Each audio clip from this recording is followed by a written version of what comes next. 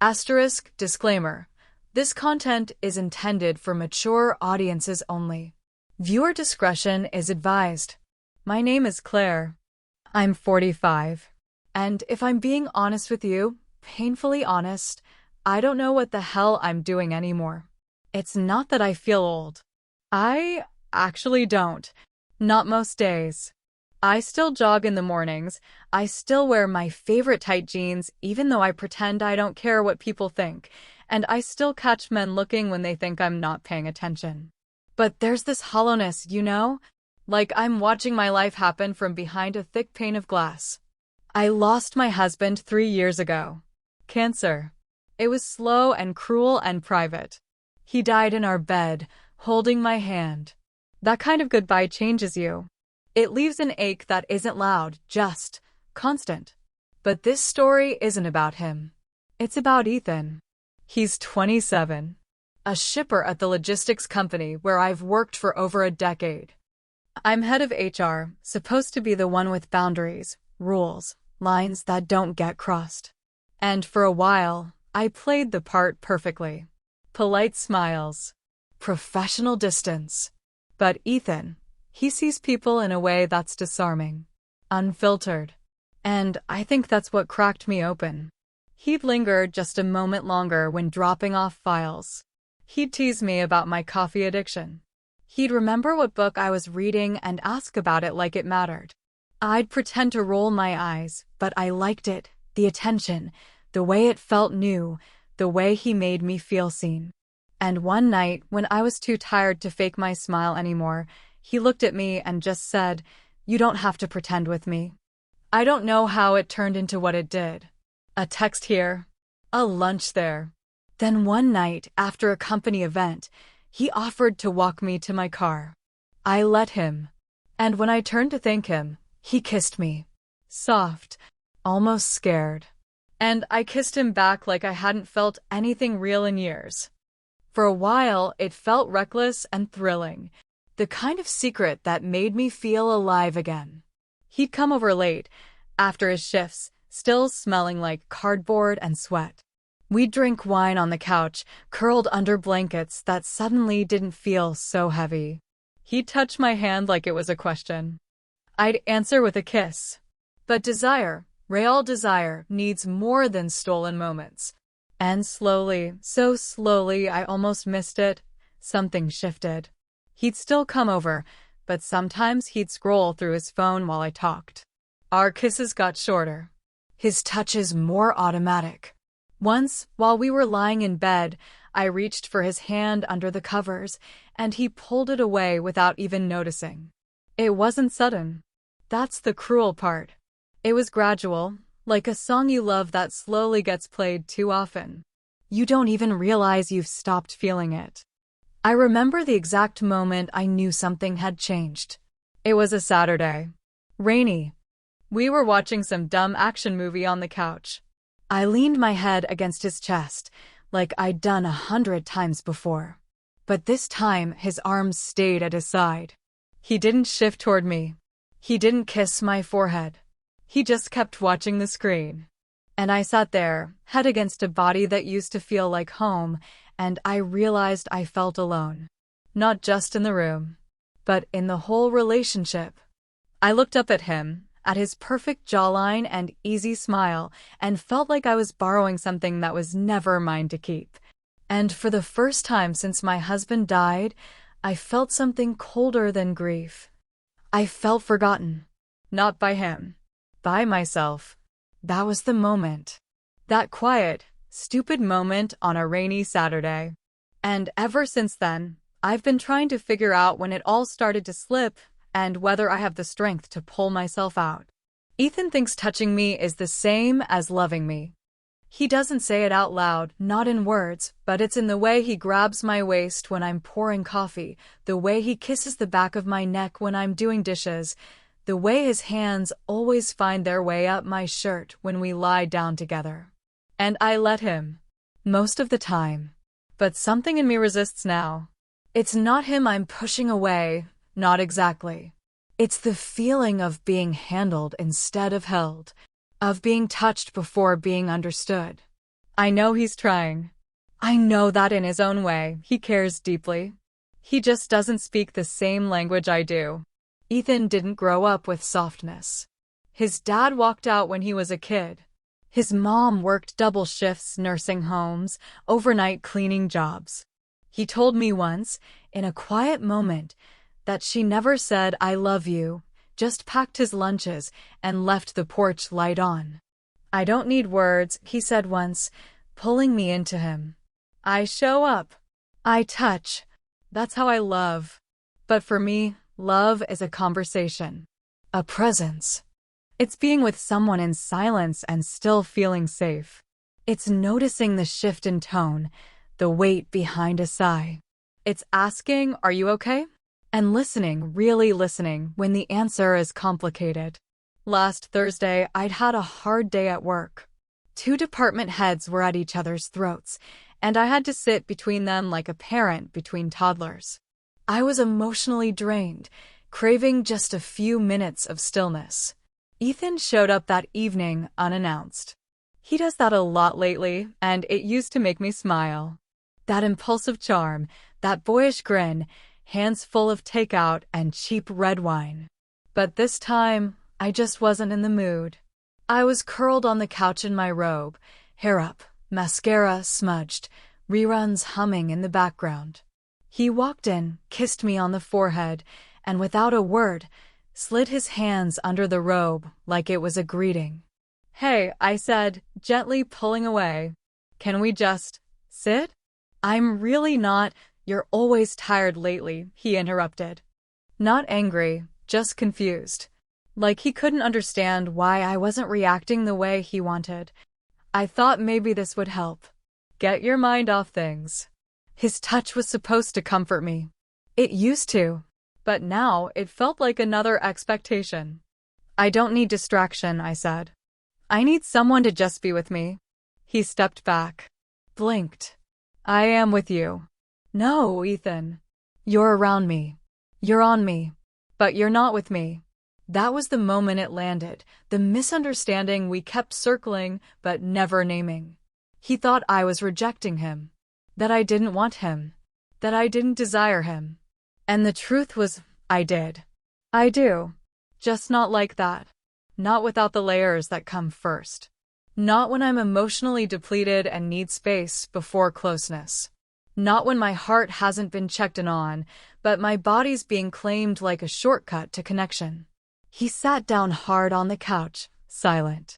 For a few seconds, I thought he might cry. "I don't know what you want from me," he said, finally. "I'm not your husband." I don't know how to do this the way he did. That hit harder than it should have. Because it wasn't about my husband. It was about me. "It's not about him," I whispered. "It's about me not feeling heard. Not feeling safe." His head dropped into his hands. "You never tell me what you need." And he wasn't wrong. I hadn't. I'd been swallowing my quiet disappointments, folding them neatly, tucking them away like old letters in a drawer. But eventually, even folded paper becomes heavy. I sat beside him, not touching him, and for a moment we just breathed. I wish I could say we figured it out that night. But real disconnect doesn't fix itself in a single conversation. It settles in slowly, and it takes just as long to untangle. Still, for the first time in weeks, we looked at each other, really looked, and saw how far apart we'd drifted. And how badly we both wanted to find our way back. Sunday mornings used to be our thing. He'd pick up croissants from that little corner place I liked. I'd make strong coffee, and we'd eat in bed with the blinds still closed. Lazy, warm, half-dressed. Back when everything between us still felt easy. This morning was like a parody of those days. Same croissants. Same chipped mugs. But nothing felt right. I was sitting up in bed, half listening to him talk about a new shipment route they were testing at the warehouse, nodding along like I cared. I used to find the way he explained things so earnest. But today, I couldn't focus. He reached over suddenly, smirking, and gave me a light slap on the butt. "You've been working that Pilates, huh?" he teased. I flinched. My entire body went stiff. It wasn't the slap. It was the assumption. The timing. The way he turned a mundane morning into something laced with sex before I'd even had my second sip of coffee. I smiled, too quickly, too tight. Please don't do that. He looked caught off guard. What? The slap. Just don't. Okay, he said, voice cautious. Didn't mean anything by it. I nodded, pretending to brush crumbs off the blanket. I hated that I felt like the one ruining the mood. Again. He leaned in anyway, kissed my cheek, then moved to kiss my mouth. I let him. I always let him, but inside, I was somewhere else. His lips pressed against mine, familiar, warm, but I didn't feel anything. Not even discomfort. Just blankness. Like I was playing a role I no longer understood. He lingered, tried to deepen the kiss. His hand brushed my thigh, and I pulled away. Not harshly, not dramatically. Just enough. I should go clean up, I mumbled, grabbing the mugs. He sat there, watching me. Claire, what's going on? Nothing, I said too fast, then softened it. I'm just off today. It's not you. You keep saying that, he said, quieter now. But it always feels like it is me. I didn't know how to answer. Because how do you tell someone that their love, their version of closeness, feels like pressure? That their kisses feel like expectations? That every touch now feels like the beginning of something I no longer know how to finish? I'm just tired, I offered, knowing he didn't believe me. He leaned back against the headboard, looking defeated. It's like you're here, but you're not. He wasn't wrong. I wasn't fully here. Not when his hand grazed my hip in the hallway. Not when he texted late at night with a winky face. Not when he undressed me with the same rhythm every time. I used to crave that kind of desire. I used to miss being touched. And now that I had it, I felt like I was disappearing inside it. Because it wasn't me he was reaching for anymore. It was the idea of me. The warm body in the bed. The woman who once said yes without thinking. The widow who had holes to fill. I carried the mugs to the sink, watching the steam rise as I rinsed them. My chest felt heavy. Like 1,000 words were sitting just behind my sternum, too tangled to come out. He came up behind me quietly, wrapped his arms around my waist, rested his chin on my shoulder. I just miss us, he said softly. I closed my eyes. I did too. And yet, my skin didn't spark at his touch. My stomach didn't flutter. I didn't lean in.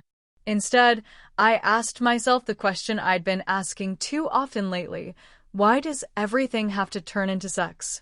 We were supposed to have a nice dinner. That was the plan. He'd made reservations at a cozy Italian place downtown, the kind with soft lighting, candles on the tables, and overpriced wine. He even wore a button-down, navy blue, the one I once told him brought out the warmth in his eyes. I had a dress on. Black, fitted, elegant, one of the few pieces I kept from the time before my husband died. I used to wear it to dinners when I still believed in anniversaries. We were seated near the window. The waitress smiled too much. Ethan ordered for us, which used to feel charming. Now it felt presumptive. I was already off kilter. I'd been all day. Work stress. The weather. Something in my chest that felt like static. Halfway through the meal, he reached across the table and took my hand. His thumb brushed gently over my knuckles. You look beautiful tonight, he said. I nodded, giving a smile I didn't mean. You okay? He asked. And that was it. Not the question. The tone. Soft. Worried.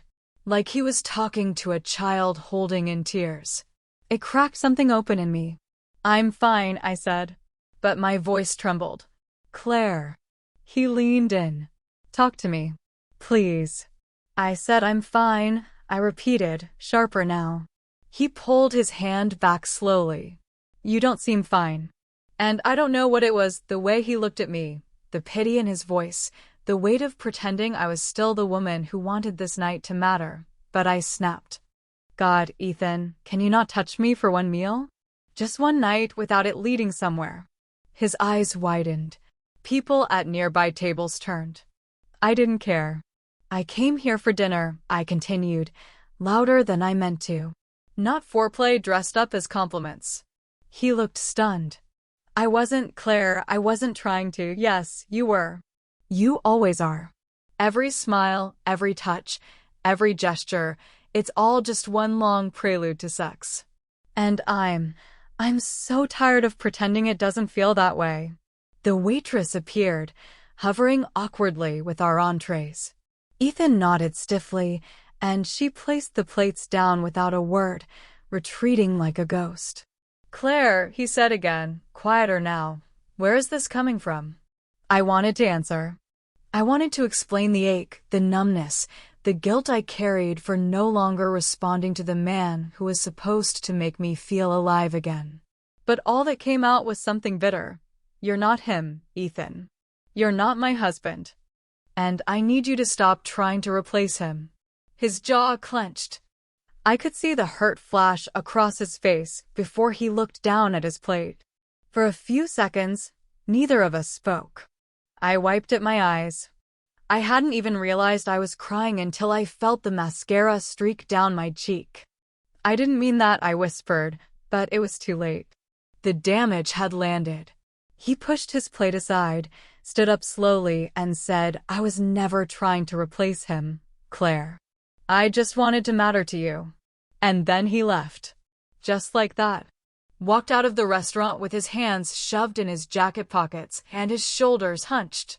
I sat alone at the table, my heart thudding too loudly in my chest, staring down at the untouched pasta in front of me. People went back to their conversations. The room buzzed again. But I felt frozen. And ashamed. I had wanted to hurt him, just for a moment. Just so he'd feel what I was feeling, the disconnect, the absence, the weight of trying to fake closeness I didn't feel anymore. But I went too far. That night, I stood in front of my bathroom mirror for almost an hour. Dress unzipped halfway, makeup smeared, hair falling loose. I didn't recognize the woman staring back at me. What had I become? Someone too wounded to let anyone love her. Someone who punished the only person still trying. Someone who couldn't tell the difference between being touched and being needed. And through the noise in my head, the same question whispered again and again, like a curse I couldn't shake. Why does everything have to turn into sex? He didn't text the next day. Or the next. By the third day, I stared at my phone so long I started imagining phantom vibrations in my hand. I thought maybe he just needed space. Maybe I wanted him to need space, because I didn't know what I'd even say if he called. What do you say after a dinner like that? After slicing someone open with your words and leaving them bleeding in public? By day 5, I saw his truck parked outside the warehouse when I passed by on my way to the grocery store. I almost turned around and drove home, heart pounding like I'd stolen something from him. Because I had. I'd taken the warmth out of something fragile and still forming. The silence stretched into a week. Then 2. We didn't break up. We didn't talk. We just paused. Stalled out like an engine with no gas. In the absence of his voice, the house grew louder. The silence in the kitchen while I cooked for one. The creak in the hallway where we used to kiss goodnight. The bed too big again, like it had swallowed his side whole. I missed his presence. Not just the physical weight of him beside me, but the small things. The way he used to hum while washing dishes. The smell of his deodorant on my pillow. His terrible habit of leaving his shoes halfway under the couch. I missed being missed. But I didn't know how to reach for him, not without sounding like I only wanted comfort, not connection. One evening, I drove by his place on impulse. His truck was out front. Lights on in the living room. I parked across the street and sat there like some lost ghost from a different life, watching him through the windows. He was sitting on the couch, eating from a takeout box, watching a rerun of something we used to laugh at together. But he didn't look like he was laughing. He looked small, not weak, just quiet, still, like something inside him had gone to sleep. It hit me then that Ethan wasn't just waiting for me to come back. He wasn't frozen in time, hands outstretched. He was grieving in his own way, hurting in silence, building walls I might not be able to climb again. And it wasn't just about us anymore. It was about him, too. His needs, his ache, his version of rejection. I remembered the first night we ever really talked months ago, when the delivery truck had been delayed and I stayed behind after everyone left. He told me about his mom, his first heartbreak, the way he loved long drives and hated sleeping alone. His whole life, he said, he felt like someone people used, but didn't really see. I'm not good with words, he'd said, back then. But when I'm with the right person, I can feel it. And I had been the right person. For a while. But when my walls came up, when the grief returned in waves and I began to numb out, I stopped being a woman with him and started being a woman against him. And now here we were. I sat in my car outside his house for nearly an hour. Didn't knock. Didn't call. I just sat there, watching him quietly pick through noodles, and wondered how many more moments we'd lose to silence. I wanted to say something. Anything. I wanted to walk to the door, knock once, and say, I miss you. I'm sorry. Can we start slower? Can we meet in the middle? But I also knew that missing someone doesn't erase damage, and sorry doesn't rebuild trust. So I sat with the question, do I still want to try? And somewhere deep inside, past the shame and guilt and fear, the answer rose like a quiet breath, yes. But this time, I'd have to show it. And this time, I'd have to listen first. It was raining the night I finally knocked on his door. The kind of steady, quiet rain that made everything feel heavier. I stood there on his porch, my coat clinging to my arms, heart pounding in that strange, uneven rhythm that comes only when you don't know if you're about to be welcomed in or shut out for good. Ethan opened the door slowly. He looked tired. Not angry. Just worn. We stared at each other in the soft porch light for a long moment. The silence between us felt heavier than it ever had, but it didn't feel hostile anymore. Hey, I said, voice barely above a whisper. He stepped aside to let me in. We didn't say much at first. I followed him into the living room, sat on the far edge of the couch. He stayed standing, arms crossed loosely over his chest. I don't really know what to say, I admitted. Me either, he said. But I'm listening. That undid something in me. I told him the truth, all of it. How I'd been afraid of losing myself again. How I'd mistaken his affection for pressure. How I'd started pulling away not because I didn't care, but because I didn't know how to be both wanted and safe. And I listened to him, too. He told me how it felt to love someone who seemed to disappear inside her own head. How hard it was to guess the rules when they kept changing. How he'd never wanted to replace my husband, only to be enough for who I was now. There were tears. Some from me, some from him. Some just sitting quietly between us like fog. Eventually, we sat close again. Not touching, just close. At one point, I leaned into him, and he let me. His arm wrapped around me in that way he always used to, firm, certain, warm. I rested my head on his chest, listening to the steady thump of his heart. We didn't kiss. We didn't talk about us. We just were. And maybe that was the beginning. Or maybe just a soft pause before goodbye. He kissed the top of my head before I left that night. A kiss without expectation, without plans. Just a small, quiet promise. I still see you. Nothing was fixed overnight. But the next morning, I found a text from him. Coffee? No strings. Just two humans trying again. I smiled. Because sometimes, rebuilding doesn't look like fireworks. It looks like showing up in the rain. It sounds like less noise. And it feels like a kiss that says stay, not perform. So I replied, yes, I'd like that. You think you know who you are until love asks you to remember. Or grief asks you to forget. I was 45 when I met Ethan. A young shipper, full of bold smiles and clumsy charm, 10 years younger, always carrying boxes and humming to songs he never knew the words to. I didn't expect anything from him. Not really. I thought I was done. Finished with love, or at least the kind that rearranges your world. I was a widow. A woman with routines. A woman who, for a while, had made peace with being alone. But then came that slow warmth. The way he looked at me like I was something present, not a memory. The way he didn't flinch around my grief. The way he stayed. And I mistook staying for understanding. I think that's what I've learned the most, that staying isn't the same thing as seeing. That affection isn't always intimacy. And that wanting someone doesn't mean you're ready to be known. Ethan touched me with tenderness. He showed love the way he knew how, through presence, through kisses, through playful swats and long hugs. He thought I pulled away because I didn't want him. But the truth is, I pulled away because I didn't know how to want myself anymore.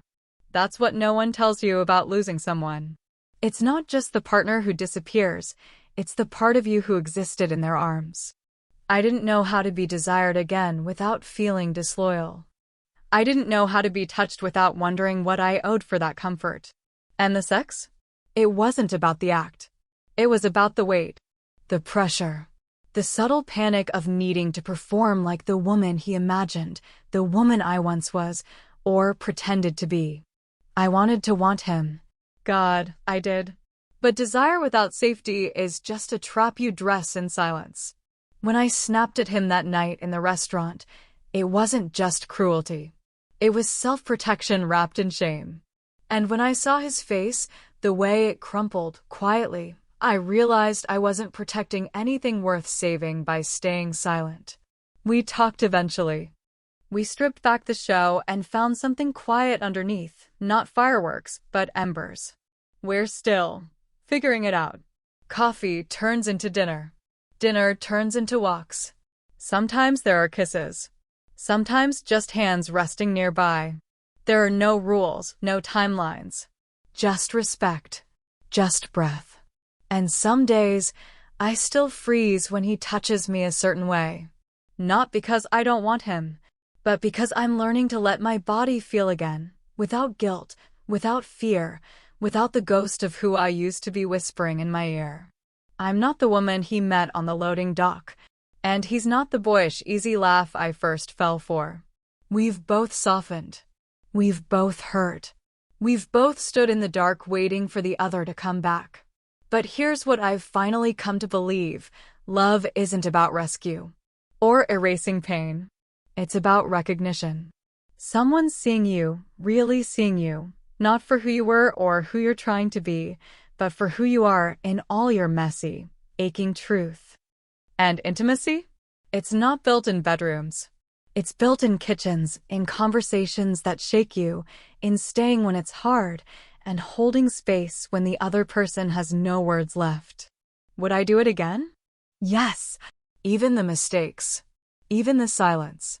Because it brought me here, to a version of myself I never thought I'd meet. Not healed, not whole, but honest, awake, and still capable of love, not in spite of the scars, but because of them.